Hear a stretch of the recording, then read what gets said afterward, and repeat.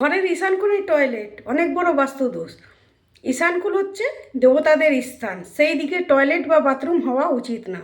Bathroom মানে স্নানের জন্য হতে পারে, কিন্তু সেখানে বাথরুম মানে ওখানে টয়লেট করা একদম উচিত না, বা টয়লেট হওয়া সেখানে একদম উচিত না। যাদের ঈশানকোণে টয়লেট আছে বা বাথরুম আছে তারা কি করবে, তারা প্রত্যেক দিন, ঈশানকোণে যাদের টয়লেট আছে তারা প্রত্যেকটা দিন অনেকটা করে নুন দিয়ে এক বালতি জলের মধ্যে পুরো বাথরুমে বা পুরো টয়লেটে প্রত্যেক দিন জলটা ঢালো।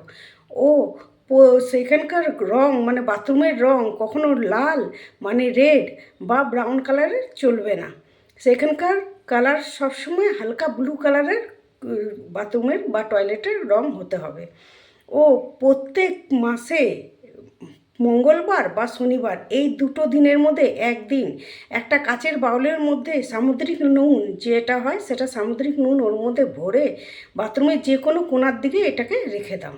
এরকমভাবে প্রত্যেক মাসে আবার ওইটাকে চেঞ্জ করতে হবে, ফ্ল্যাশ করে দিতে হবে, টয়লেটের মধ্যে ঢেলে নুনটা ফ্ল্যাশ করে দিতে হবে।